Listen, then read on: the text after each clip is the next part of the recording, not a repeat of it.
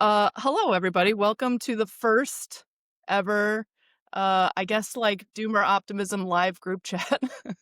The idea here is it was actually James's idea. He didn't invent the concept, but all these podcasts like Chapo Trap House and Good Old Boys, they're just kind of this cast of characters. They come back, they are friends with each other, they sort of talk about current events. We kind of do this already offline or not, or in group chats or in events. And James said, why don't we do this more regularly, online and just see how it goes. This is our first attempt at this. We have a rotating cast of previous Doomer Optimism hosts, the all-stars who are coming through on these chats. And yeah, we can just get started. Nate, you have a topic to start us off? I know you had one in mind. Did I Do really? you remember? Yes. Oh boy, no, I don't remember. Paul Kingsnorth. Oh, sure, yes. I was going to talk about that to annoy Jason mostly, I think. Okay, so let's hear. You're reading I Paul's book. love Paul. We're buds. I don't know what you're talking about. So talk to us about Paul. You're reading his book right now. I just hung out with him in Chicago. That was really fun. Yeah, I'm wondering how the book is because I don't have it yet. I'm waiting for Paul to give me one. Do you guys have a weird static in your head coming through? Yeah, there's some weird static echo. Sorry, troubleshooting. Does somebody have Twitter open with the live stream on and it's feedbacking? I don't know where to look. If I go to Ashley's thing, it should just pop up. By the way, Paul, that was not a subtle hint. You owe Ashley a book for all of the events she's organizing for you. That would be the least you could do. Yeah, Paul, if you're listening, when I see you and Wendell next week, please give me a book. I feel weird asking for one, but just from June, and I took one of his poetry books, so we're all good. I did not. Is the sound better now for you guys? It's good? Okay. I don't hear anything. So yeah, Nate, get us started. Okay. I mean, I'm distracted because you just name dropped Wendell. Like, is that the Wendell who? Wendell Phillips? Wendell. Okay, you're just so name dropping people. We don't know who they are. For those listening, I am actually having dinner with Wendell Berry and Paul Kingsnorth in less than a week, next Wednesday. Up. And I know, I'm so excited. I'm just rubbing it in. Shut up. Invited myself, which is also really embarrassing, but I invited myself. Basically, I organized this event with Paul coming to the Berry Center. I've been wanting to do something with the Berry Center. They're really, obviously great, and I have had no real substantive interaction with them. I mean, back a while, we did that Wendell Berry book club, and I tried to get them involved somehow, but they weren't really super involved. Anyway, so I wanted to sort of meet the Berry Center people. They were thrilled to have Paul come. And then in the meantime, it's basically Wendell's daughter and granddaughter who run the Berry Center. And I've been interacting with the granddaughter, Virginia, and then the daughter is Mary Berry. And we're having dinner at Mary's house with Wendell and Tanya, his wife, or I don't know, do they say Tanya down there, Peter? I don't know. And then his daughter, Virginia, and me and Paul Kingsnorth. So anyways, it'll be really fun. I don't know what to bring. That's something I've been worried about. Bring your appetite. Cookies. I know. I'm like, what do you bring in this world? I told him maybe I'll bring a signed copy of my dissertation. Bring a bottle bottle of Posterity Ciderworks cider. Yeah, that's actually a good idea. Peter, here's a question. If you brought a sweet potato pie, I'm just gonna say that's like gold in Kentucky. So okay. It has to be something that you grew and baked yourself or prepared yourself. So what have you grown this year? You have some just tomatoes. The birds ate all the grapes. Yeah, and we have grapes, but not enough. It should include a bird. The bird should be on the dish. The ones that we can have some sparrow. Yeah, sparrow. Peter, are they picky about are they particular about how you make the sweet potato pie, or is it There's just different camps. Some people are like pro coconut. Some are like no coconut purists. So, I mean, I so? It think could be a minefield, maybe. if a northerner brought sweet potato pie to a southern event, it would be seen as you can't go wrong. A good faith. It's a good Okay. faith effort, right?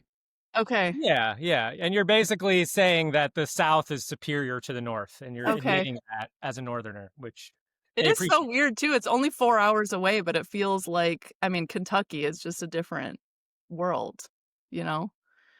Um, so okay, Nate, you've been reading the book. How's it So, going so far? You so like yeah, it? just I mean, you really plunked it, throw me right in the deep end here. This is my 6 month coming out of podcast semi-retirement. I haven't been in front of a microphone quite some time because of that whole house fire thing.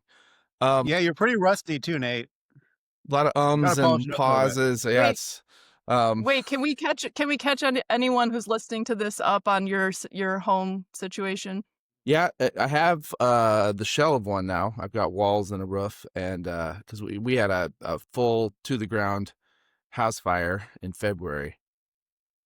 And I've been recovering from that, living in a camper, and arranging to have our home built, building an outdoor kitchen, trying to keep up on the farm work. It's been a real doing travel as well. We did travel, which we haven't done in 10 years too. A previously scheduled trip, we went ahead and did it. So it's been a pretty bananas, like the wildest 6 months of my entire life, actually. Yeah.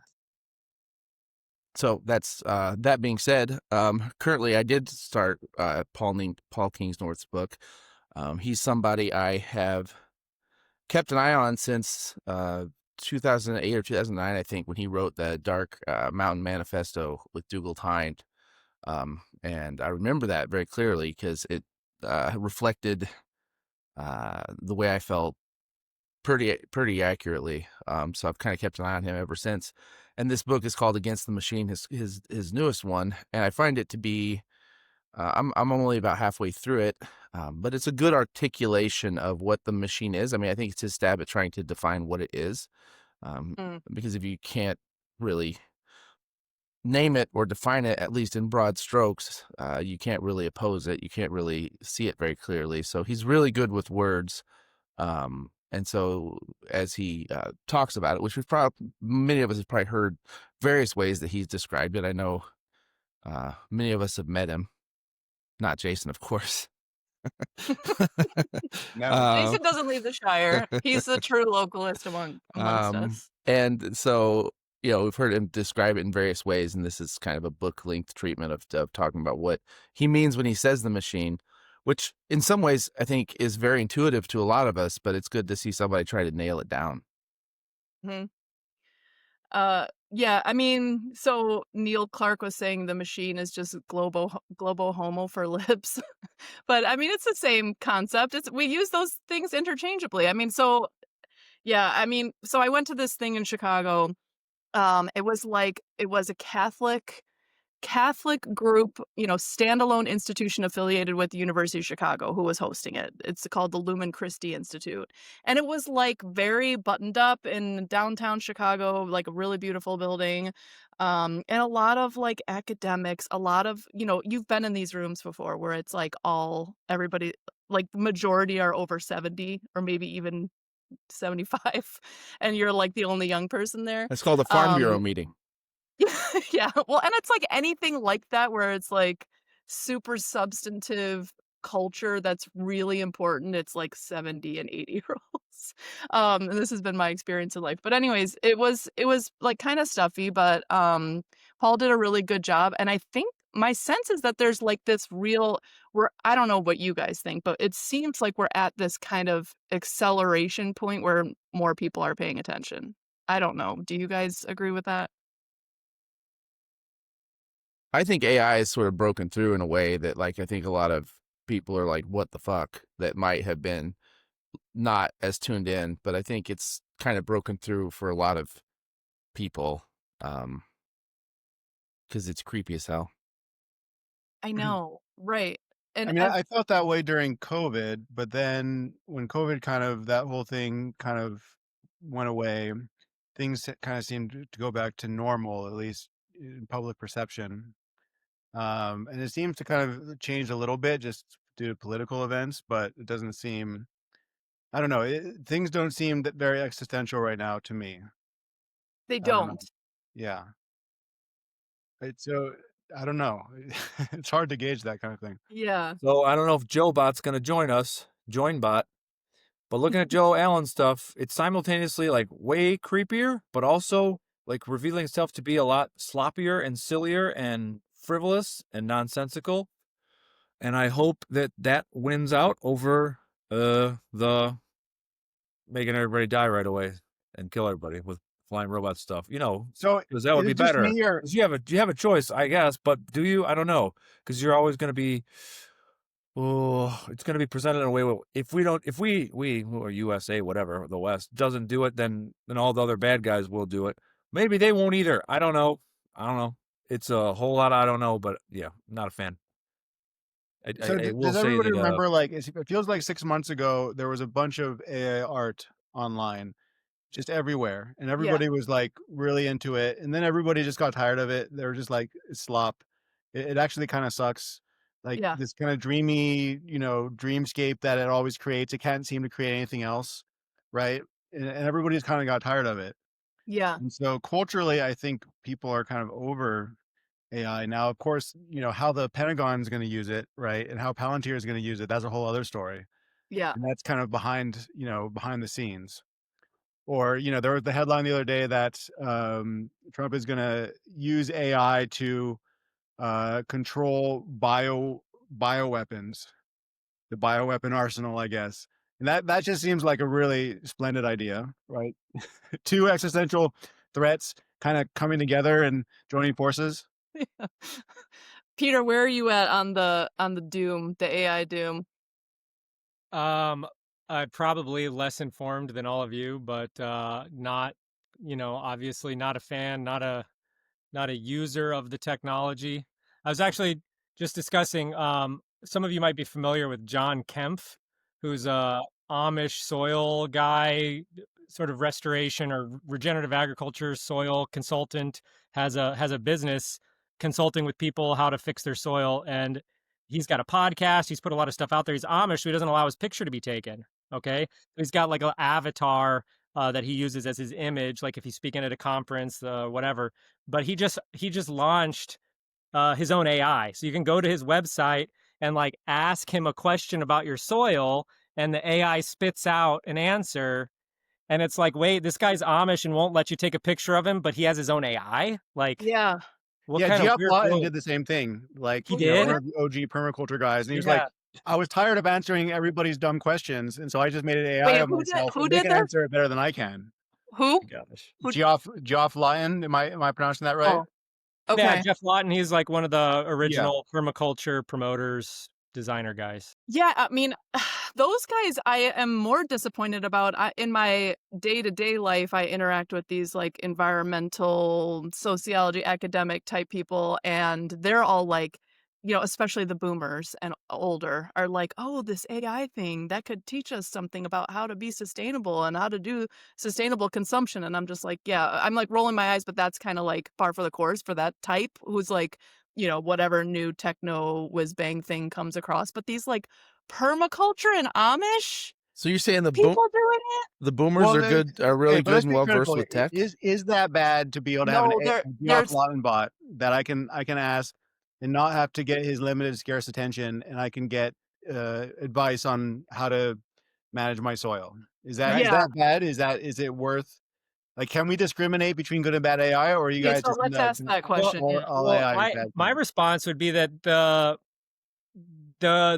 question isn't about like the use of it necessarily, like, or like the product, like it is what it is. It's like, how are we approaching that product? So if I'm coming as some like newbie that doesn't know anything, and I go ask Jeff Lawton and it tells me like, oh yeah, you should plant this in your front yard. Like, if I'm the kind of person, like the problem is like to take that and be like, oh, that's what I should do. instead of like, okay, that's interesting. Now let me think about it and do some research and Right. figure out if that's the right thing to do. Like, is it a data point, or are you treating it as some like divine source of wisdom that Yeah. is speaking at you in a way that is beyond, as Reproach, some right. source of authority? Right. And so it really comes down to the user and how you're interpreting what you're getting from the AI. I think more now, obviously, some of these AIs can be programmed to be pretty subversive and have agendas that are Yeah. not disclosed to the user, and that's a different sort of moral question.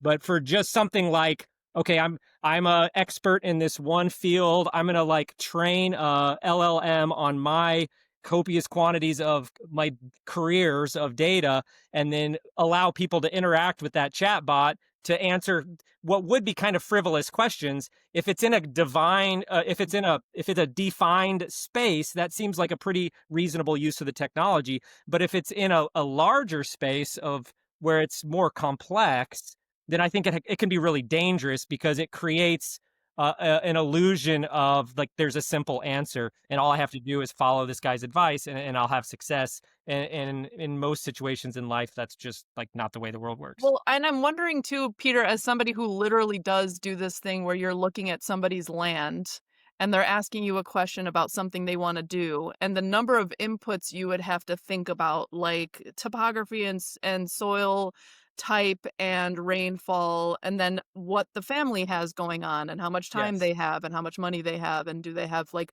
the ability to hire people and all those things at once. Like, I think it's a little insidious for something so complex like that, where if you're specifically asking like questions that require a lot of inputs to try to figure out a lot of things at once, a lot of moving parts.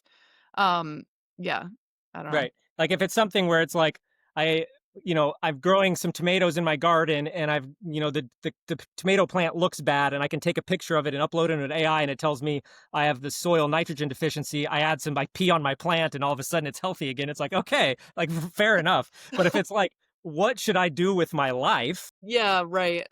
What should I do with my land? How should I invest my energy every morning when I wake up? That's like not something you want to outsource to digital technology, in my opinion. Well, I think that, Yep. yeah, clearly, I think I totally agree. I think that there's got to be uses there where they're benign at worst, and even helpful.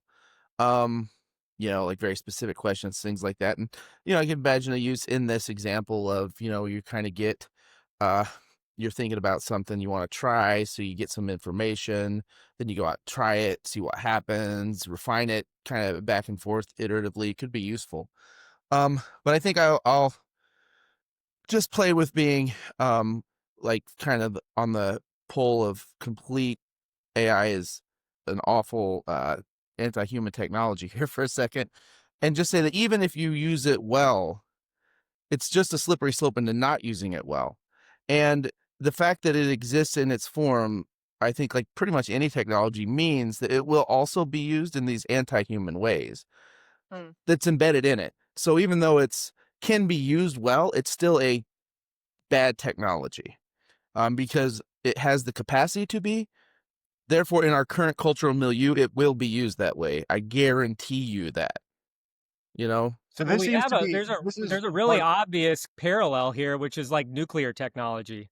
And there's like, we can use it to make energy, or we can use it to completely annihilate all living things. And this is like a personal version where every day each person gets to make the decision of like, are they building bombs, or are they generating energy? Yeah, I mean, the more general, I guess, contour to this argument goes back to the Industrial Revolution, right? Like basically any technology that gives certain groups of people inordinate power, right, over the environment and over other people. And it seems like, Nate, how would you differentiate the AI in particular with, I guess, modern technology in general, which, It's just it's just like more it's just more of is this. this equally an argument that we need to go pre-industrial? Is this a, an anarcho, what's the word? Anarcho Luddite direction? Is this that kind of argument? hesitate to say yes because that seems ridiculous. But on the other hand, right, if we let the Chinas and Indias of the world just go AI crazy, right? Like, do it. You guys do it. Meanwhile, They will. yeah, they're going to. Meanwhile, and Yeah, so we can everyone. either try to outcompete them at that, right? Which is what was going to happen.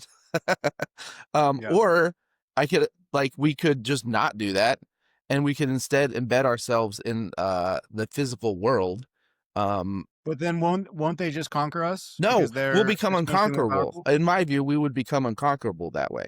Well, I mean, Our the technology, if parallel. our technology would just focus on how to disable, just like a million types of EMPs, the whole thing is how to disable electronic weapons. That's like our entire defense budget is disabling, and then we actually have human beings who are awesome, fucking awesome.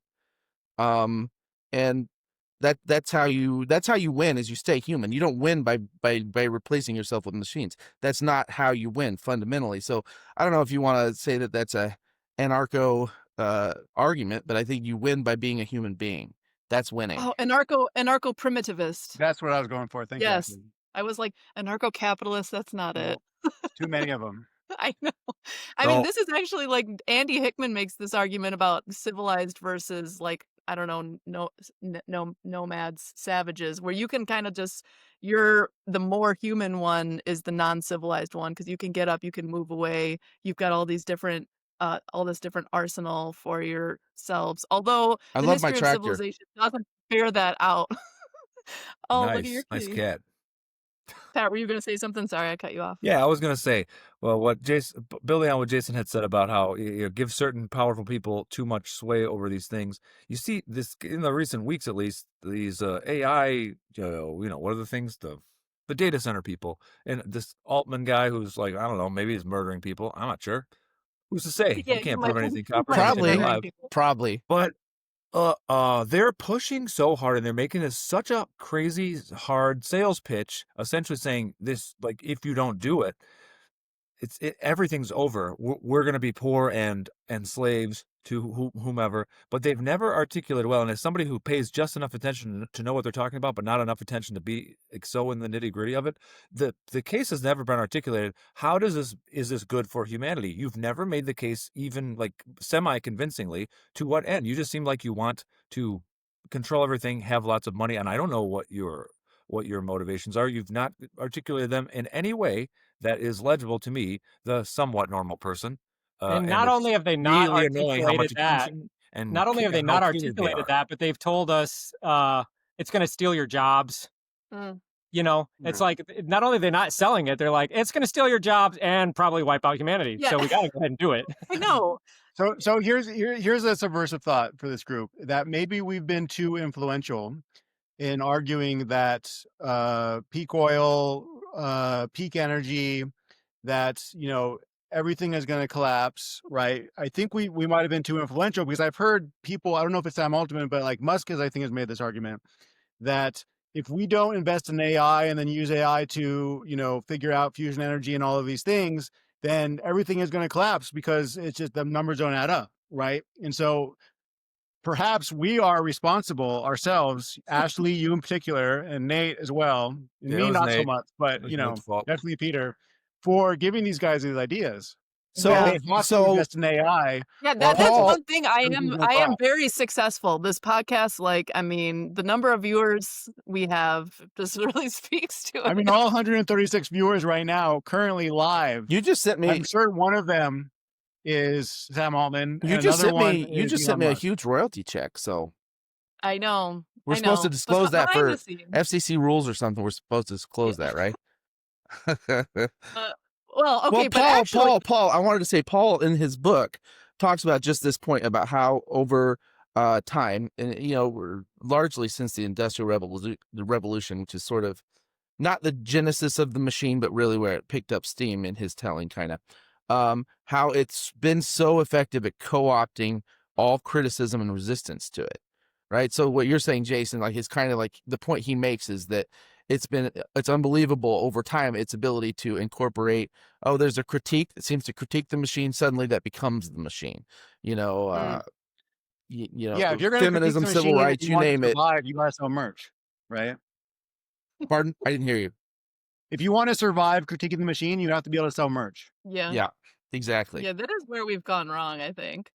The last DO campout, there was this argument made, where AI is not really, it's not really anything. It's just a tool, and it's just like a large language model that's just sort of trained on data sets, and that's all it is. But It's then just math. it's just math. It's just, it's just numbers and math. And if you are somebody who's involved in that kind of thing, then you realize it's just math and it's not like that big of a deal. But the issue is always and has always been like that it's the projection of people onto it.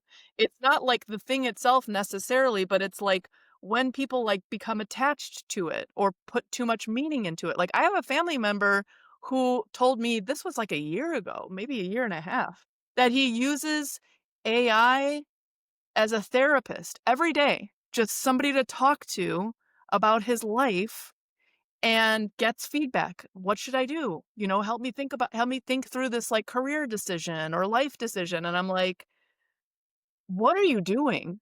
I just like, and so that kind of thing is the thing that freaks me out. It's not like, of course, yeah, you can say as somebody who's like a technologist, like, oh, I'm just above, who cares? I'm not going to get attached to this thing. But people are obviously getting attached to these things. It's really just like the projection that's the issue. That's where I draw the line, anyways. What you said, the phrase you said, I would just like to launch into the sun. Perhaps is this phrase just a tool? People say that like, oh, it's just a tool, as though that's not mind-bendingly fucking powerful. Just a tool. Yeah. The tool that a human decides, oh, it's just a tool. Yes, it is a tool. And we have this thing in our culture where we just don't consider the implications of using tools. We're just like, that's an awesome tool. Let's just start using it now Yeah. hard and see everything it Yeah. can do, as if that doesn't change who you are, And so like the idea of just a tool is such a stupid idea to think that it's just a tool. Therefore, It's insidious too. I mean, and it's also like, I mean, this is not a fun topic for a Friday afternoon, but like with reproductive technology, just because something exists, people just think like, oh, it's like sort of unequivocally fine because it exists, like surrogacy or like artificial wombs or I don't know, gene editing in artificial wombs, and like people just think, well, like it's great, it's like it's an advancement, so they don't think that much about the implications of these things, and they're just sort of think because it exists, because this tool's been developed, it's therefore worth pursuing and using. it's just a tool. So it's This not, is So if that's not this is not well thought out, but I feel I mean, I don't know. I'm feeling kind of accelerationist today for some reason, just today. In that I just think that all of this stuff is going to be developed. No matter how much we talk about it, it's not going to matter. If we don't do it, some other country's going to do it. We can protect our own personal sovereignty and our community's health and our friends' health, but this stuff is going to play out on a societal level. So what does that mean? I don't think the answers to this question, I think they have to be theological at the end of the day. I'm not saying we should get into that conversation, but I mean, a part of me kind of just wants to know how this is all going to play out, right? That like this is probably an inevitability, right? Given at least the Industrial Revolution, if not the invention of agriculture. So what does that mean, right? Like, what does that mean for us, given that this is going to play out? Some people are going to use AI well, but most people won't. It's going to further hollow out a lot of society in terms of people becoming dependent on it and people not having any friends because they have their AI bot friends. But some people are going to use it well. I use it for plant ID. I think it's a very nice use for as plant ID. That's my main use besides some work stuff with coding and stuff, but that's about it. But it's going to be used. yeah, And, if we survive all of this, what does that mean? yeah. I mean, do any of the rest of you feel accelerationist, as in like if we accelerate and kind of just let this stuff play out as as fast as possible and let people see it for what it is, that there might be something like better about that than trying to, I don't know, like put the brakes on the development of these various technologies? I don't think we can put the brakes on anything, but I think we can advocate, which I think you do very well, Ashley, and the whole podcast does. I think we can do a very good job at outlining alternative, better ways to live, right? Responsible ways to live that people can opt into. Um, but at the end Yeah. of the day, unless AI helps us solve fusion, like there's going to be an energy collapse anyway, right? And However, you can't and just be 100% accelerationist with this. And so, at least, you know about this, Nate? In the state of Illinois, next year, you're not going to be able to have cell phones for the kids. Can't have them in school. Our school's true. a year ahead of this. We're actually doing a very good job so far. I've only had to get 2 people in trouble for it Up all to year so up far. to what age? I don't remember. I didn't Yeah, read the law our because I don't schools are pay doing enough the same attention. thing. I'm still transitioning back to Illinois life, but that could destroy like generations of kids' brains. The damage is already done. I don't think it's irreversible. We've seen a lot, honestly, and it's only 2 months into the school year, and it's working very well. Which is, you don't get tons of victories in these situations. So when you get one, like, I'm not going to let that, go without being recognized. Yeah, if it's totally accelerationist, I don't know what they're doing, but they're in school a lot of hours during the school Yeah. year. So we can, that's like putting a tourniquet on it. Because if you don't, I think you're like literally ruining generations. Yeah. So I mean, I'm gonna there sound we kind go. of fashly here. Wait, everybody This mute for a echoes back. second. Yeah. Yeah, Sorry. everybody mute and see if this thing goes away. I don't know what is the source of. Okay, I think it went away, so I don't know who it was. But anyways, um, I'm gonna sound kind of fashly here, but like, my kids are gonna be fine. Peter's kids are gonna be fine. Nate's kids are already fine. Jason's kids are gonna be fine. I'm more worried. I'm more like asking a question about, your average sort of normie who just kind of is like, oh, I'm just kind of going with the flow. I'm not thinking that much about technology. And like, increasingly, I'm having conversations with my kids' friends' parents who are just like this phone stuff is nuts. I mean, even like what they're like, I gave my kid a phone and it's just, they're obsessed and it's like very hard to control what they see on there. And it's really hard to be over their shoulder all the time. And like, I think it's good for people to be exposed to those like sort of extreme hard questions. Cause then ideally something good comes out of it because they're sort of forced to confront the realities of it. Although I think a lot of times too, people just like have phone or tech related bad things happen to them and then don't really attribute it to the right sources, where they're like their kid gets into whatever, some crazy online subculture and they think like, oh, I don't understand like what's going on here. But it's obviously like downstream of access to all of that stuff. But anyways, I don't know. I don't know the answer. Well, I think it's sort of easy to be like, and sort of Jason and I articulated these kind of 2 poles. We have the, let's go back to 1591, or let's just put our foot on the accelerator and just blast through. And it's sort of easy because it's very clean to just kind of let yourself go into an extreme position one way or the other. But we live in the world, and as Jason said, we're not going to change this thing. It's going to go how it's going to go. It's not like, it's like we can just put our shoulder in and change the direction of. Pat, you're muted. Oh yeah, Pat. Dagnabbit. So hold on. We just talking though. Hold on. I know. We used the term Luddite just now 3 times, and Ned Ludd has been dead for what? Over 200 years. You're still using his name. You cannot know what kind of resistance you put up, what kind of impact it's going to have. It's not nothing. Right. You're using Luddite. Yeah. He's just some dude. He was not really important. Right. And he resisted the thing just enough that we're still talking about him. Which was my I was kind of leading there because I was like, I was kind of acknowledging that what Jason said. We're not going to like really like big think this and like decide which direction we should head and make that happen. No, we're not going to, but we can identify things that are really transparently obvious and like make a stand there. And I think what you're talking about is exactly that. Like, kids and phones is a great place to just like put 100% of our energy because it's obvious and it's profound, the difference it makes. Like we had phone free kids. We didn't raise them with personal devices. They're 14 and 17 now, so we're kind of, they do reluctantly, but they live in the world. They've got to learn how to use it. So we're kind of weaning them into that. But it's just so obvious when you have kids that haven't used them, and you look around and you see the effect it has. It's like these things are bad for children's development. And I just like, at this point, I'm like totally willing to die on that hill. And I think that's a area to be like, let's put our shoulder into this one and push Yeah. that. That's a battle worth fighting. You can't we're not like, oh, like, let's stop AI. Like, what the fuck is that? Like, no, but let's like let's get kids on phone less tomorrow. Like, Yeah. let's do that. I 100% agree with that. But to go back to what we were talking about earlier, like what freaks me the most out about AI is the effect on the next generations and the basic like degeneration of the human ability to think Yeah. at all.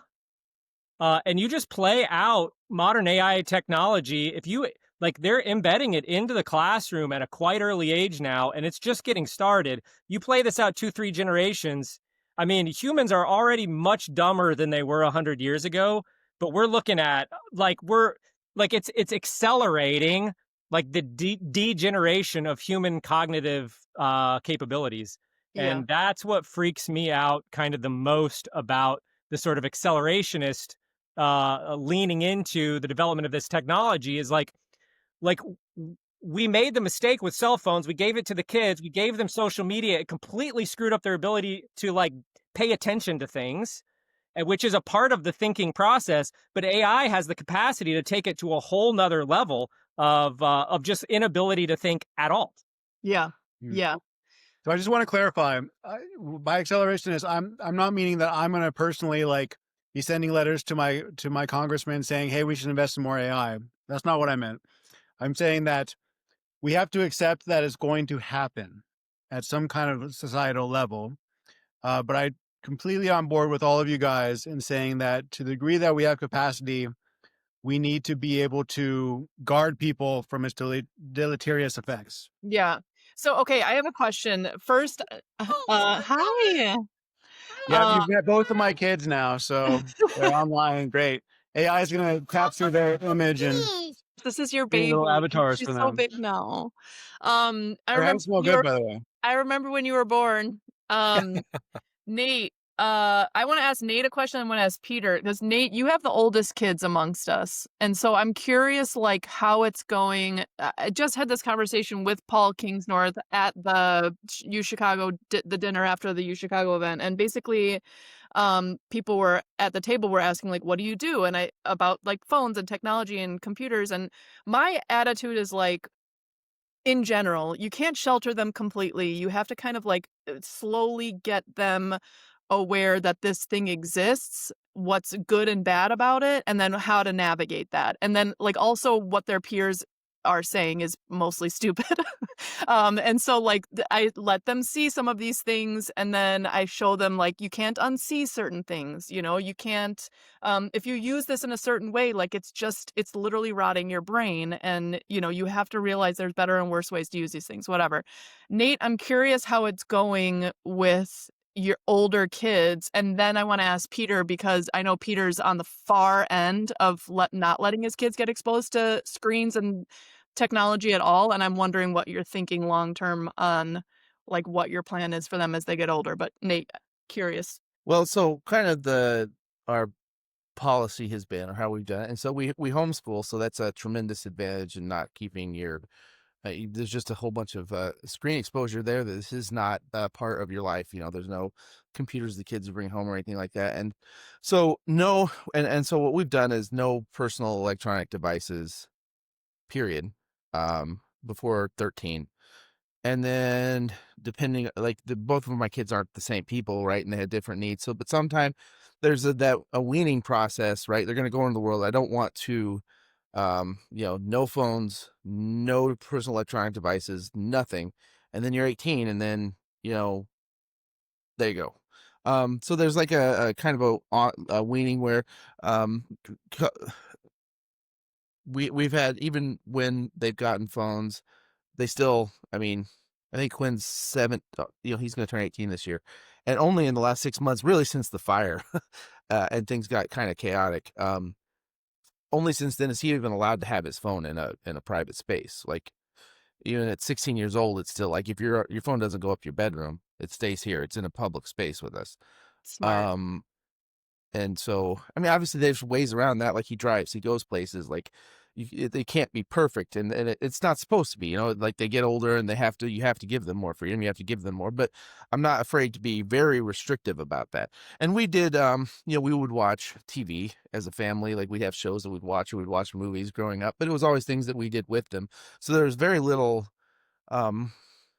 exposure. Like, we didn't let him just like run off.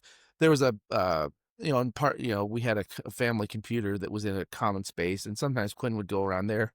And it's funny, he would get onto YouTube, and so we can see what he's doing. But he went down the rabbit hole. He really went down like primitive skills, and so he was like, learn how to make huts, and then he went through a whole bow making thing where he was watching videos about how to make a bow, and he'd go out in the shop and like build a bow and like kind of stuff like that. I'm like, well, actually, this is pretty awesome use of the internet. Yeah, I great. completely approve. This is great. And so that's sort of how we've done it. And, they're real different temperamentally too. Like, with one, you can kind of see the phone doesn't seem as big of a deal. The other one, you can see, there might be some compulsiveness there, but you parent that. But it makes a whole lot of things easier. Like, it's hard to, to like, you're kind of going against the grain a little bit. But it's just, they create, like, there's just so many problems that you don't have because of it. Yeah. And so, Like, you're getting ahead of it yeah, without letting it get out of control. it just never comes up. Like, it's a ton of problems. You see a lot of parents, I mean, they just go to war with kids around devices because the kids get the devices, and then, quite honestly, they turn to little monsters, and then you take it away from them and they And you turn to gotta walk bigger it back, yeah. monsters. And then it's very, in that situation, my experience, a lot of parents don't hold the line because it's just so hard. And so, I mean, it creates this um, just horrible dynamic to have to deal with as parents, because the I don't know how else to say. I use this metaphorically, maybe not literally, or maybe literally, I don't know, but like this dopamine addiction to that, and you take it away from the kids, and it's just horrible. And so, Mhm. not having that happen in the first place when they're young, I believe that we have to protect those developing brains. I mean, I feel really strongly that we need to get phones away from kids under 13. Like, it should be just a societal norm that children do not have smartphones before the age of 13, and the video games should be tightly regulated. I'm not actually that absolutist of a person. But I think there are some things where you need to not compromise very much Draw on. some line somewhere. I mean, I think 16 is, like, reasonable if they're, like, driving alone.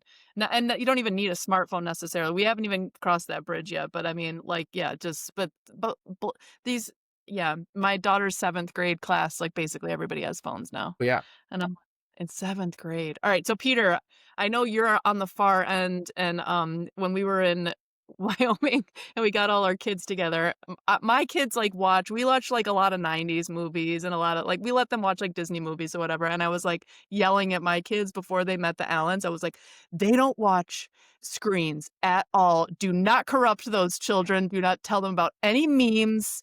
Do not even talk about screens in front of them." And they were like, and then Lucia, like a couple weeks ago, my 5-year-old was like, "I have something to tell you I feel so bad about." I'm like, "What?" And she's like, "I mentioned a movie in front of Tilia." And I was like, "It's okay." It's like, it's not like it's, like, evil. I'm just saying, like, just talk about other things. You don't need to just talk about movies and memes and screens and stuff. And that was, like, the general gist. But anyways, so curious, Peter, your Yeah, I plan. mean, our approach is pretty similar to Nate's, I'd say, in that like, I'm not planning on keeping them away from technology forever, but I do think, like, it seems like there's like some sort of wide consensus here that, like, at least until like the 13 seems to be like the, puberty threshold is like, okay, now we can start talking about some of these things. But up until then, I think as parents, it's our responsibility to protect them. I think 0 to 6 or 0 to 7 is actually in some ways the most important time to be like hyper vigilant and hyper protective Mhm. about there's subconscious effects of access to screens that we don't even know, and it doesn't manifest in your life until much later. So I think like I'm really hyper protective of like 0 to 7. 7 to 13 is like, okay, my son is 7 and my daughter's 10. And if like, my son is really into fixing things. And what Nate said about temperaments is like spot on. Like my daughter's 10 years old. She may get a phone someday. She doesn't care. She's like up in the air, she's just like in with the flowers and the bees, and she's just in like paradise all the time, which is Yeah. beautiful. But Yeah. my son is 7 and he's like, what are you doing? What's on that screen? He's like, he's obsessed with fixing things. And so like building, fixing, the tractor's broken down. Okay, how do we fix this? And so like I'm not a mechanic, tractor breaks down. It's like, I got to look at YouTube. And so, he's 7. I bring him in. We like open up the computer. It's like, okay, we're going to watch this like Mexican guy solve this like problem about like how to fix this tractor. And then I'm like poking him. I'm like, okay, you got to remember this because we're going to go out there. Like, I'm not going to bring my phone out there so we can watch it like 40 times. We're going to watch it once and we're going to remember everything that we need to know. That's And I'm going smart. to have his little 7-year-old memory to like remember things so that because I won't remember. And then we'll get out there and be like, okay, Elijah, now what do we do next? And it's like, okay, you got to take this part and you got to twist it this way. And it's like, okay, great. So that's worked pretty well. But like, but that weaning onto process, because like they are going to be entering into a world where it's the dominant technology. And I mean, you could think about our current modern situation as like humans are under some kind of attack. Like we're in like a warfare scenario where like humanity itself is under threat, like against the machine. And so like you can't, if you're raising children, they're going to be they're going to be exposed to these influences, and so we can't like isolate them from it. We got to protect them when they're in these developmental stages where it's really like you want them to maintain their creativity, their imagination, these like powers that they're going to be able to use in their future. And in those early developmental stages, like you've got to protect them. But then when they're old enough and they're reached a level of maturity, then it's like you can start to prepare them for like the battles that they're going to have to face, and being at least understanding what the threats are and what the problems and issues they're going to face. I think we have like it's our responsibility as parents to equip them with what they need. And so part of that is going to be a healthy approach to like and understanding what the divisions like. I just had a guy here on the farm who's like, he doesn't own a cell phone, he doesn't have email, he's like fully like Stone Age. If you want to talk to him, you got to like show up at his house. And so like that's one approach that I applaud. I don't choose that path, but I understand why, and like I appreciate that he's willing to take a stand and do it. And then showing children like that there are options in this world, and so that they can see how people interact and then start to understand it's not just like we just have to do it because that's what everybody else does. Like you go into a restaurant and you see these little kids on screen, it's like everybody's a zombie. They're not thinking about like, why am I using this technology right now? It's just mindless. They're just doing it out of compulsion because that's what everyone else does. And so just giving them the perspective on what the technology is, what the downside is, what the upsides are, and then let them as adults, they're going to be able to decide how they interact with technology going forward. And who knows what that technology is going to be like in 10 years, 15 years, 20 years, right? Like we have a 10-year-old, in 10 years she'll be 20. We've got a 9-month-old, in 20 years she'll be 20. What's the technology going to be like in 20 years? It's like hard, we can't even fathom it. Jason, Pat, do either of you have anything to say on this? No, not really. I gotta go like in 10 minutes to go pick up the girls.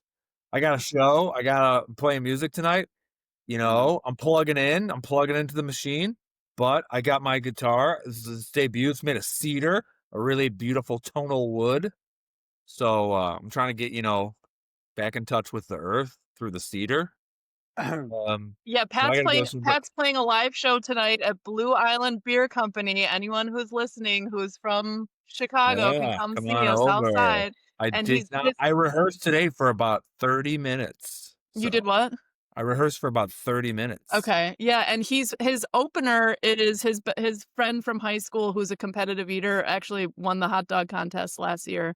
That His guy's dad. his dad is coming to play piano. Very good piano player. Nate was invited. He's in the same state. He's got no excuse, but he's not showing up.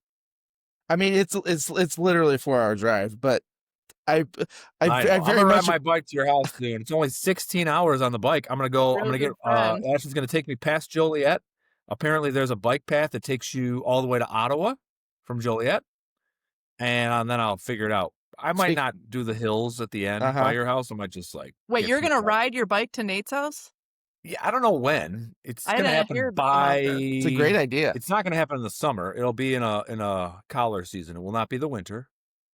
So you need like Yeah, a, Yeah, we're a gonna go spring, and shoot rifles. a little breaker. Nate, Yeah. Pat really liked your family.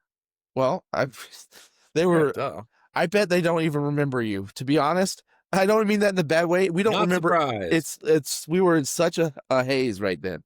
Wait, you went the day after or 2 days I went after? the day after. He The went the day day after the after. fire, No, that's not Pat true. drove down That's there. not true. What I just said was not true at all because I'm right now trying to jump back into that. It was the weirdest. That was the weirdest week of my life, without question.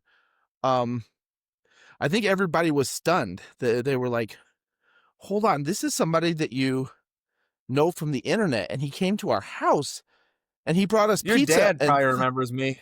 Yeah, no, I I was think chatting with your everybody does dad. because now that I think more about it, it was super shocking in a good way to everybody. They're like, "Wow, Well, and it he was just just came like February, and brought us and you things had that we no needed." clothing, and we had like extra clothes and stuff, and then Nate sending pictures of wearing some sweatshirt. What was the sweatshirt? It was like Chicago a U of I sweatshirt. Blackhawks. Oh, Chicago. It was from like the wardrobe at my mom's house. It was We have this unbelievable. It was an community unbelievable wardrobe of thing for you to do. sweatshirts at my mom's house. Literally, not one of these sweatshirts. There's probably 35 of them. None of them belongs to any individual. They just belong to the whole family, and they're at the wardrobe at the top of the stairs. So Yeah. It was just an Yeah. unbelievable Oh, thing but to no, do. I'm gonna ride my It bike was, to Nate's house. It's very hilly the last 20 miles or so. Yeah. Very hilly. So I'm not riding my bike there. they didn't believe I'll me. get to Canton. I'm I'll drive to remembering this. Canton or whatever. Yes. You can pick me So up. they didn't believe me. I'm remembering more about this now. They're like, "Okay, he's coming today." I'm like, "Yeah, no, he's coming down from Chicago.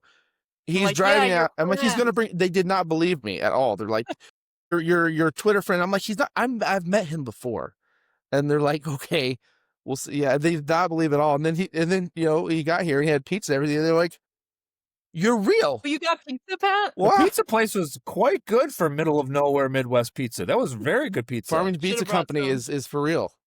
It's good stuff. Legit Chicago pizza. So, Nate, what have you learned that is useful for the rest of us over this period of time about resilience and I think that most. Yeah, I thought about this a lot a while ago, and now I got to bring it back. But I think that the main thing is that most of what you think about when you think of prepping, all that stuff, doesn't actually matter very much. And what matters is almost entirely your network of relationships that you have. And that's like the whole thing. The having people around who will drive from Chicago to bring you toothpaste and stuff, and whatnot. And then the people we had locally, and it was the people who you have relationships with and who care, and having that network of people, that's what matters actually. And the other stuff, whether you have I'm sure like there's circumstances, right, in which having 25,000 meals in a bunker is good, but like I think in terms of like practical resilience for 99.999% of the things that might happen to you are basic competence at being a person. I mean, I'm not gonna say there's like nothing to prepare to do to prep, but really it comes down to having people around you who will help. is it actually fun? Was it actually fun at all, like camping in the yurt and staying in the camper, or was that really annoying? We're still there, and we're in the very annoying stage.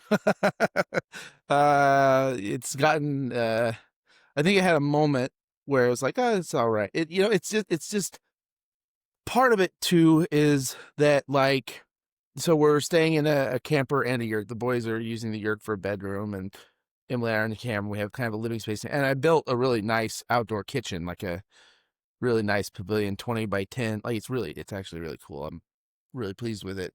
With running water and the whole thing, and that's been essential. That was the best thing that I did was build that. And that is nice. We enjoy that.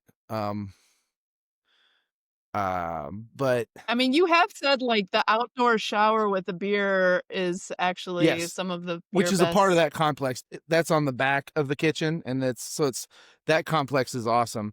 But the you have kind of, and I did at the beginning of this too, kind of have a romantic idea of like, hey, you know what? We're just gonna get back to living here. We're still developing the farm. This is like, kind of starting over, but we're not starting from zero and all this stuff. And that's all true. But also we have a 14 and a 17 and we're living life. So you're doing this while you're also trying to live the life that you were living just like Yeah. a month before with all the commitments and everything. And like, it's the trying to continue to live the life that you've built while in this situation is no fun. And I don't recommend it.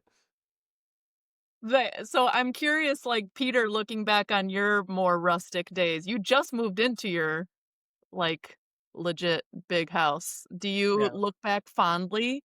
Do you ever miss the more rustic? I do look back fondly. I don't miss it. But I have very selective memories.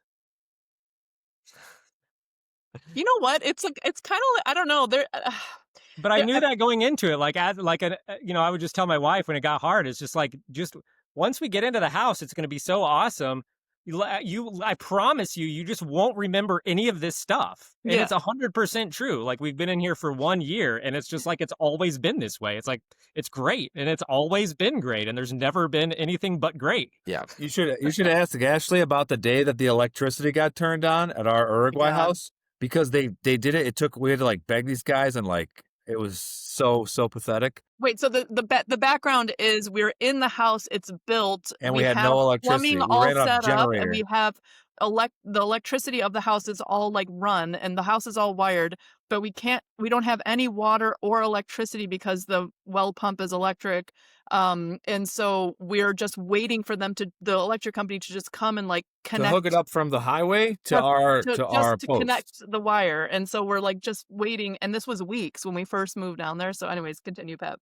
So it happened. They hooked it up, but they didn't throw the switch at our our box at the where it comes down from the medium tension line. She's at home, and I'm driving back from the grocery store or whatever, and I see that the thing is on, but the switch is in the off position. So I turn it to the on position. They didn't do it. I had to do it myself and look. And I drive up to the house, and she's like, "The electricity's on." It's like, "Yep." I turned it on. I'll never forget it. It was so much fun because it was about 6 weeks, and I was teaching online. I would have to turn the generator on to get the Internet. modem to work so I could teach online classes. It was Yeah. very, very funny. Yeah. But So yeah, we were like forcing yourself to live like that was a choice. Yeah, Nate didn't have a choice because bad circumstance. It's instructive, and it's character building and practical skill building. But you want the stuff that's good. I do want electricity to keep going on for a couple more centuries. That would be all right. I'm okay with that. What they're doing with it, I'm not a big fan of, but yeah. So I'm gonna mute myself. I'm gonna walk you guys. I'm gonna give you a little sneak preview of the house tour and show you how luxurious our palatial No, don't bungalow show is. the Yeah, house. It's in because then you can. no. Then I'm just gonna go, and then I'm gonna sign off. All right? No, Yeah, you don't don't have a walk through the choice. house. Turn it off. Turn it off. I told you to clean up before we had this thing, and you didn't do it. Turn it off the video. Oh my god. Pat. Go tackle him, He's Ashley. keeping Oh it. my He's God. keeping He's the literally right view. there. He's keeping the view off He's the keeping floor. it high up. Yeah, he's keeping it off Look the at those floor. backpacks. Oh my god. No. Get out of here. Oh my god. Please stop. Wait, now it's gonna echo. It's good to know on some level that husbands are all the same. So annoying. Why are you like this? All of you. Okay, anyways. Jason, did you have any moments like that? You mean like Like what? Like, extreme, anarcho-primitivist moments either on purpose or on accident? well, we did have a major hurricane Oh, yeah, okay, yeah. just over a year Forgot ago. about that. I know, you got eclipsed by Nate. Nate took all the attention with his I house know. fire. I was like, big deal all of a sudden due to, unforeseen circumstances. And then Nate had to go burn down his house. Sorry, Nate. I know. No. No, it was fine. I mean, we couldn't get out of our driveway. We had to borrow a car. We had to cook on our wood stove. It was actually awesome. The whole thing was awesome. I'm glad the hurricane happened. No, I'm not, you know, like there was 2 weeks there where everything slowed down. People were checking on each other. People were, a lot of people didn't have to go to work or whatever, and people were just visiting each other and trying to figure out the basics of how to secure basic needs, Mm, right? We're like, how are we going to cook dinner, right? How are we going to, what are we going to cook? Because everything in our refrigerator is going bad because electricity isn't on, right? We can't just like jump in our car and drive to town unless we walk a long ways. And so there was all of these practical things we had to figure out, but we weren't alone. Like everybody was checking on. It was just, it people, was a yeah. really, it was a really wonderful time, to be honest. And I'm not glad it happened because a lot of people went through a lot of hardship. A Mm, lot of people lost a lot. And we lost a little, but not a lot. mm. But it was, like it was kind of a foretaste of like, this is what life could be like all the time. We could always be visiting each other, not always in a rush. Whatever, communal meals, a lot of sharing of resources. This could be like what society is like all the time. Mm. And so that was, I don't know. It was a nice time. Maybe it was just because I didn't have to work, so that could just be the whole thing. But That's what you're I had to saying. work for my basic our basic needs. But that was enjoyable. Yeah. What Yeah. what you're saying is, without I'm not getting in going down this road too far. Other than that, what you're saying reflects very much my experience of the COVID lockdown, right? A lot of people had very terrible experiences of that. A lot of people, obviously life's turned upside down, this, that. But for me, it was like a year of the best. It was the best. Yeah, I I had a was great time. I had a I was at great home with the time. kids. The kids were Yeah, the perfect age for that. We were at the farm. We had our life pretty self set up, so we were pretty sufficient there, and so it was just a ton of time with the family. And then I kind of like what you said, Jason, was like, well, I'm not glad it happened. I often say the same thing. I'm like, I'm not glad it happened. And I know that it sucked for you, but it kind of didn't suck at all for me. well, and also it was almost like if you already have a setup like that, and as long as you've got like food on the table and enough of a paycheck, like, it was kind of like a nice respite from the constant just desire of all people at all times to just be having meetings and going to conferences and doing stuff and just kind of like the pace of life. I feel like it kind of was a nice reset. It was just, I don't know. I do actually still think this, that we're in this sort of John Michael Greer stair step. I don't know. Do you all still kind of have that perspective that we're in this like period where there are these stair step of crises and people sort of adapt to those things, and then maybe some people go back to their normal life, and then another crisis hits and more people adapt. Do you all still kind of subscribe to that? We haven't checked in on that in a while. Yeah, I don't think we've gone down the first stair step yet in terms of just Really? practical.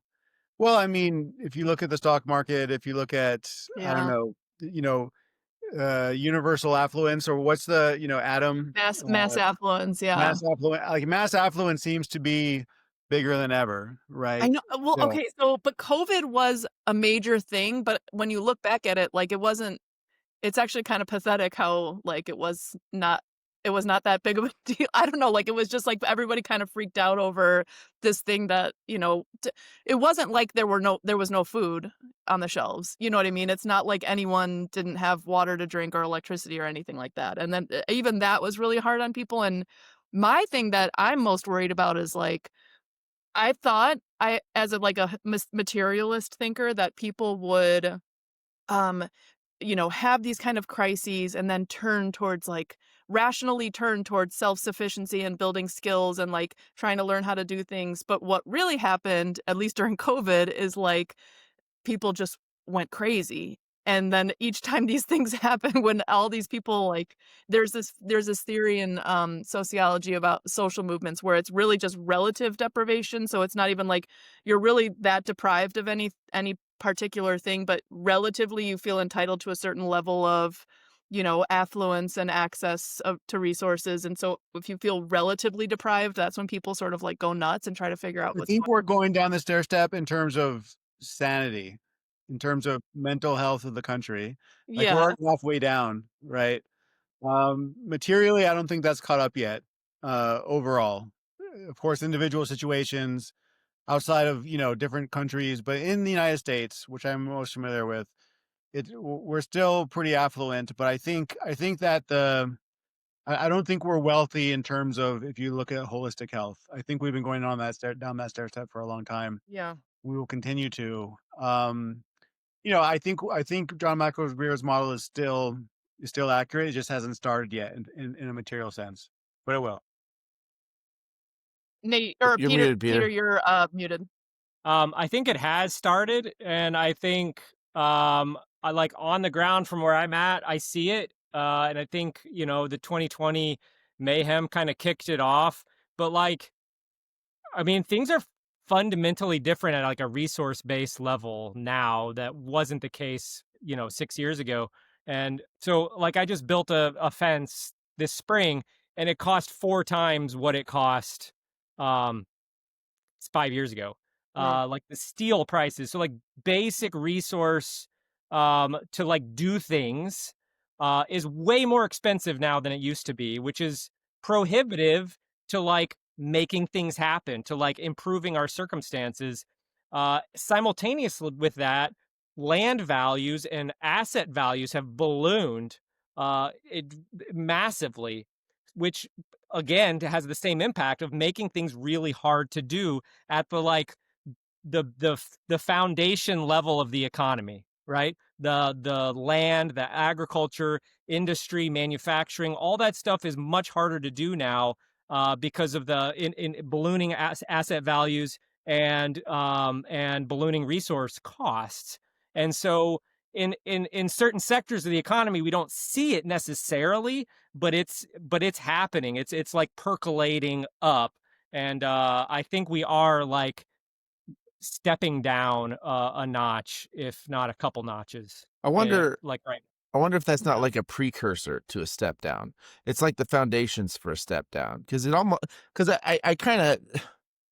It depends on where you are in the pyramid. Yeah. Yeah, Where if totally, you're down right. in the bottom, you feel it. It's like you stepped down. If you're up at top, it's going to take a while for you to even know that it's happening. Yeah, that's Mm. that's Well, the probably thing that true. they mentioned about rising asset prices, I don't think that people who own those assets are feeling the pain yet, right? They can buy as much fencing as they want. They have more money than ever to buy that fencing. Um, I mean, it's hard to say whether, the fact that just regular person, can buy a boat, right? Like this is, again, I'm Adam brained right now, right? Like Adam, VB Knives, right? He's always just pointing out how much more the average normie, the average chud, has just toys to play with than Yep. even 20 years ago. Yeah. So, it just really depends on where you are. Like collapse isn't evenly distributed. Right. That's for sure. And a lot of the collapse has happened. Okay, baby. A lot of collapse has happened in a lot of places, several decades ago. That's right.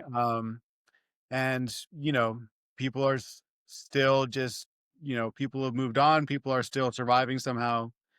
But it depends on who you are and what class you're in, I think. Yeah. But the stair step down doesn't mean that people don't continue to get by. People always are going to continue to get by. I mean, the Roman Empire collapsed, but the Italians didn't go anywhere. They stayed. And to them, to the peasants, they may not have even known that the Yeah. Senate stopped meeting in Rome. They're just milking their cow and making mozzarella cheese or whatever they do. So that's always going to be the case, but there are fundamental changes in the larger system that I think um, are fundamental and real, and will continue to make influence. Like, I mean, I was able to purchase land and start a farm uh, before all of this ballooned. Like, I could never do what I'm doing now. I couldn't start now. Nobody Yeah. else can start now. And people in my generation and younger, like, they don't have that wealth that the generations above me were able to squirrel away in this tiny window of time. Like, you know, post World War II up until recently, a massive wealth was accumulated by those generations. And now that, like, we don't have access to that. There's no way that we're going to generate the wealth that our parents generated in our lifetimes. And our children have even less of a chance, Yeah. and their children are going to have less of a chance. Maybe the stair step is every next generation is a stair step down. That's right. Right? Because you said when you bought your property, we bought our property 6 years ago. We couldn't afford it today. Right. So we're in the same thing, but just on an even condensed timeline. A lot of young people, that I interact with that are interested in farming and interested in a lot of things. There's no way they can afford land unless they have wealthy parents. I'm interested. They're living in the gig economy right now. Yeah. All of there's a lot of, sorry, that's my daughter. A lot of new houses are being built. A lot of things are happening, but it's wealthy boomers coming from Florida in our particular place. And they're at the top of the step, and we're at the next step, I think. And then I think each generation will be one step down. So that might be like that. We're in interesting ahead. times here, like where I'm at, in the Midwest and Central Illinois, and a little bit less, Peter, where you're at, because just in the driftless is a little less of the industrial monoculture. But there's some interesting things brewing right now. Because with the trade war and the soybean prices through the corn prices through the floor, input prices up, big grain farmers are feeling the squeeze right now. And then of course there's another rollout aid package that they're going to do to kind of keep the whole system on life support. And then, the effect is that the medium-sized farmers now, like the small farmers, they got squeezed out. Medium are feeling the squeeze now. The big farmers are fine because they're still buying $40,000 show heifers for their kids. Like, they're fine. But it's like another further consolidation, or it pops. But I don't think that, I don't think the feds are going to let it pop. But it's definitely which a lot of people in farm country, interestingly, are kind of like, let it pop, because they can see this, they're starting to see the dysfunction, but at the same time, the same people who have been growing just way too many soybeans. So it's, but I feel like there's real, there's something brewing here that, there's a lot of awareness that, like, oh boy, there's trouble here. And maybe the way we're doing it hasn't been that great, but here we are. Now, what do we do? It's Yeah, real I'm interesting to curious. see where it goes from here. I want to know what Peter thinks too, and both of you think about this. But I just visited. I have like almost no exposure to like production ag, conventional ag at all, because all my stuff has just been like homesteads, all my research, whatever, and all the field school stuff has been small farms, regenerative farms, whatever. But I went onto this farm with one of the major players of the Illinois Soybean Association. He does a lot of like conservation practices, but in the, corn and soy world. I'm not mad at that. I think that's fine, but I just went and toured the farm, and like I'm sure you both already know this, but like, and anyone who's around conventional ag knows this, but like the amount of infrastructure, the amount of machinery, and the amount of like just everything on the farm is built around this system that's like standardized. And so I just don't understand how a guy like that, and this guy had 900 acres, which is a small farm in the Midwest. Oh, that's not big.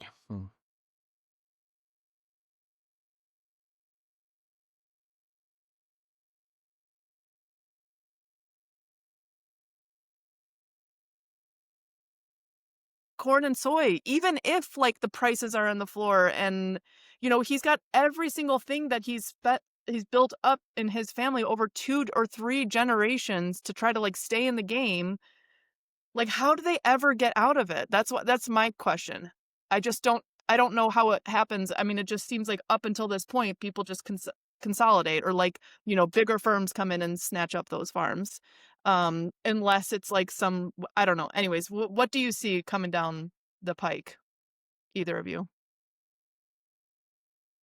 I think, well, there's a couple things, but and just in terms of like, how do you escape that system? It's certainly not easy, but there are strategies to transition that can utilize a lot of the same equipment that you're already invested in.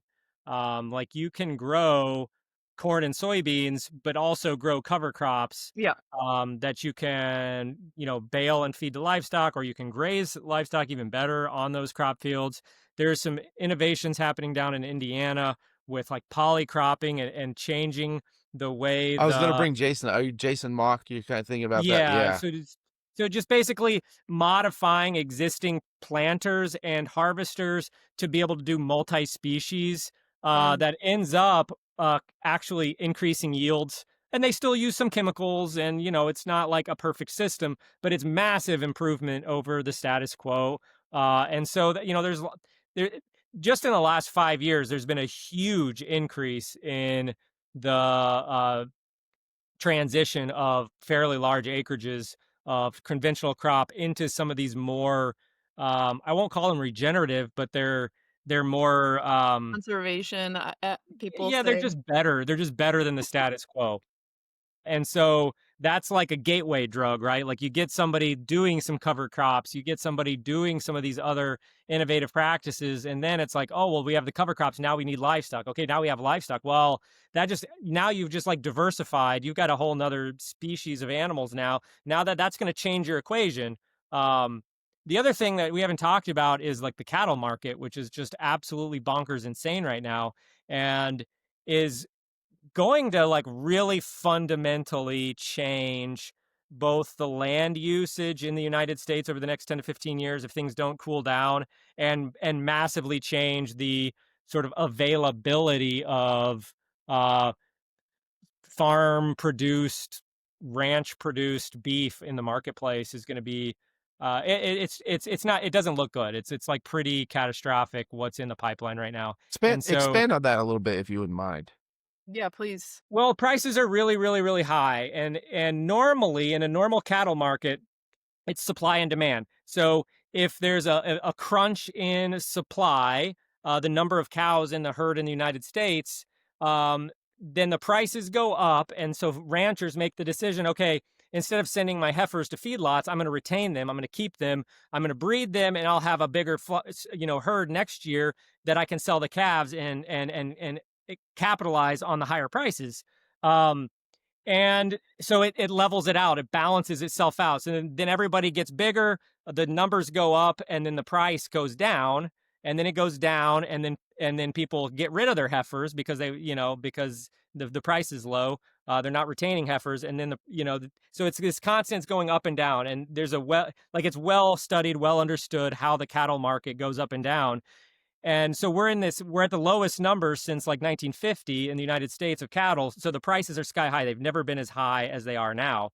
And they're so high that the meat you're buying in the grocery store, the packers are taking a hit. They're selling at a loss because the prices that they're paying is much higher than what they're selling the meat for. Now, we can question why that is and if there's a subversive strategy in that, but that's a different question.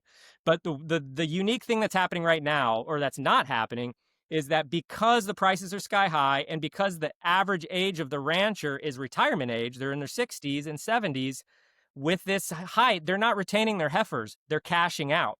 They're selling out. And so so what's happening is what normally causes a negative feedback, increases of the herd numbers to bring the prices down, we're actually having a positive feedback, which is we're reducing the herd further to cash out.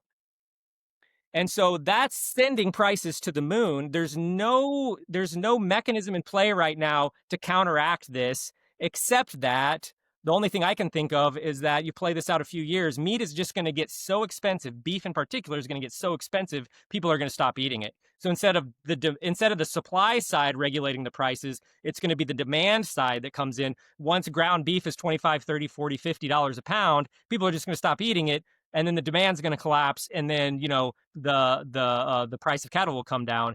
And in that scenario, small scale producers, medium scale producers, local producers are just going to get wiped out.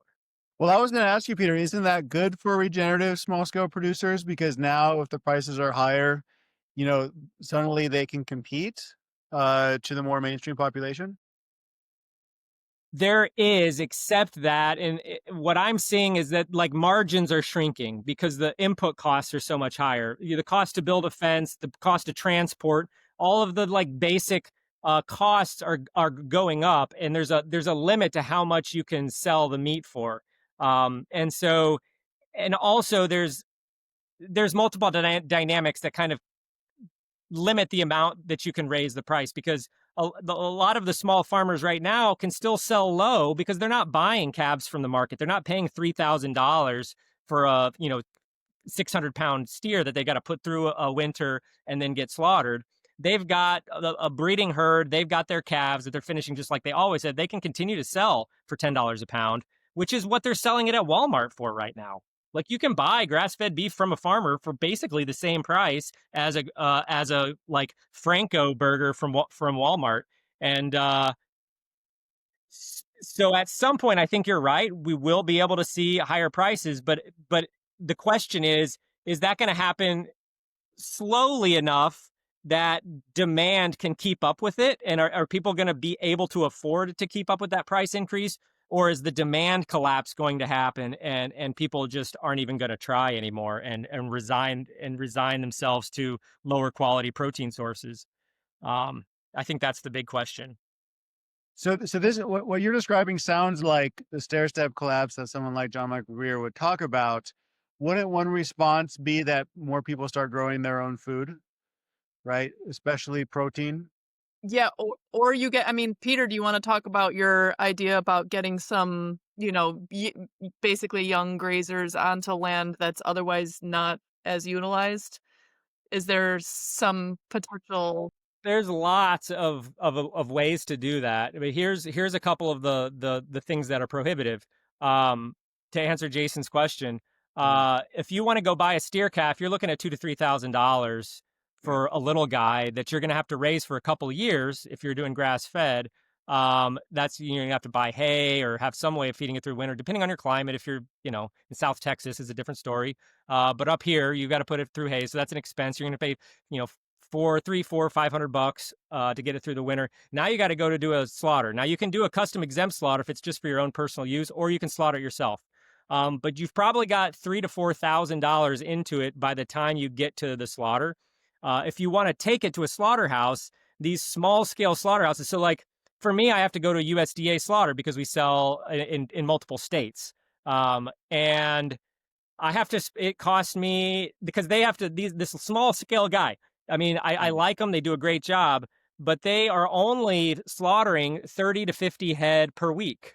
So it costs, but they have to follow all the same rules and regulations as the guys that are slaughtering 1,500 to 2,000 every day. Which includes paying an inspector to be on site. Like they have to have a salaried employee there. Hours. They have to have a shower room, a bathroom, an office. Right. And so it costs me $800-900 to process a steer. It costs the big guys $150. And because they're at that scale, they get to aggregate all of the offcuts that a small scale butcher just has to throw away to send to the rendering plant.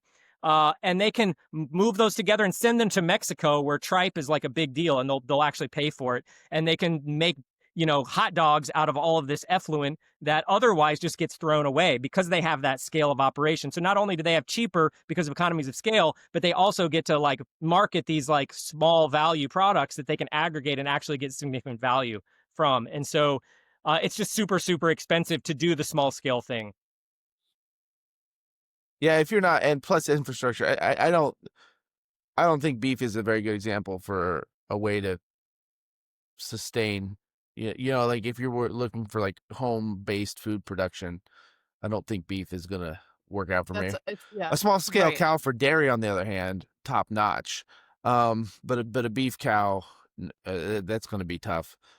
As someone who has, But with the dairy, they have to have calves, and you can raise those steer calves for meat. yeah, So you actually do get the beef component when you do small scale dairy.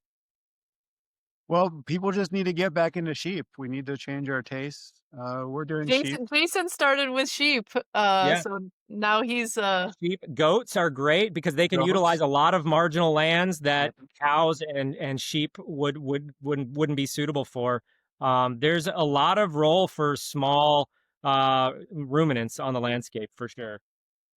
we do. We have our herd is, we have basically two herds. They're mixed, and one of our we have shorthorn cattle, which are a normal sized breed, British breed, and then Dexters, which are small.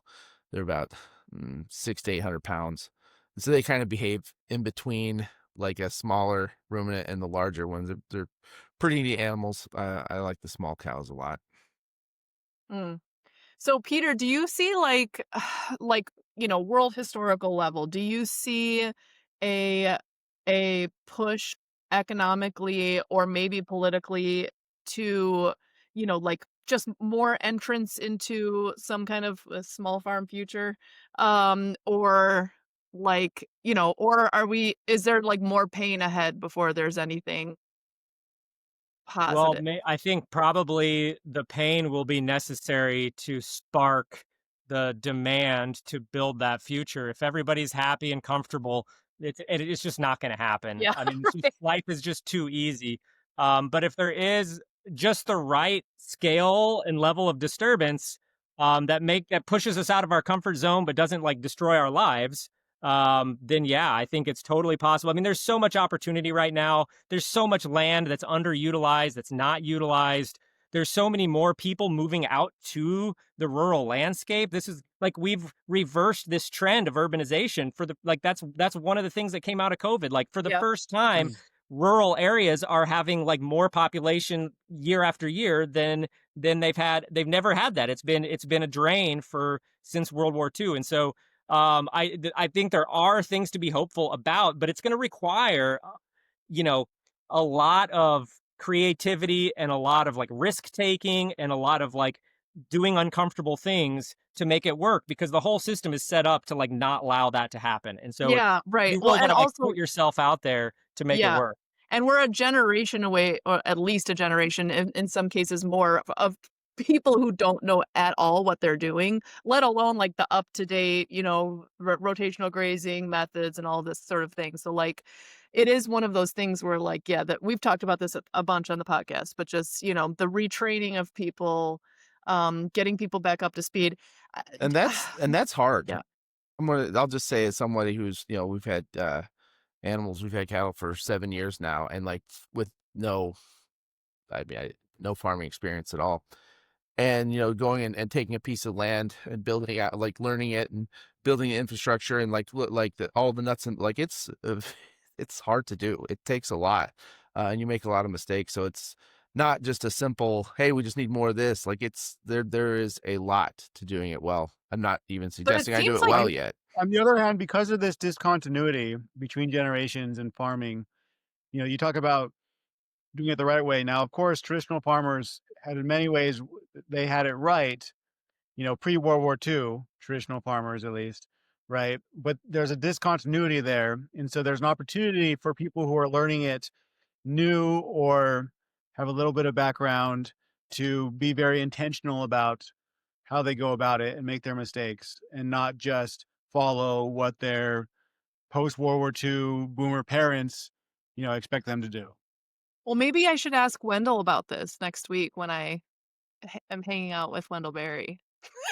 I mean, that's When I'm hanging out with, if you I'll ask my friend Wendell and we'll yeah. figure it out.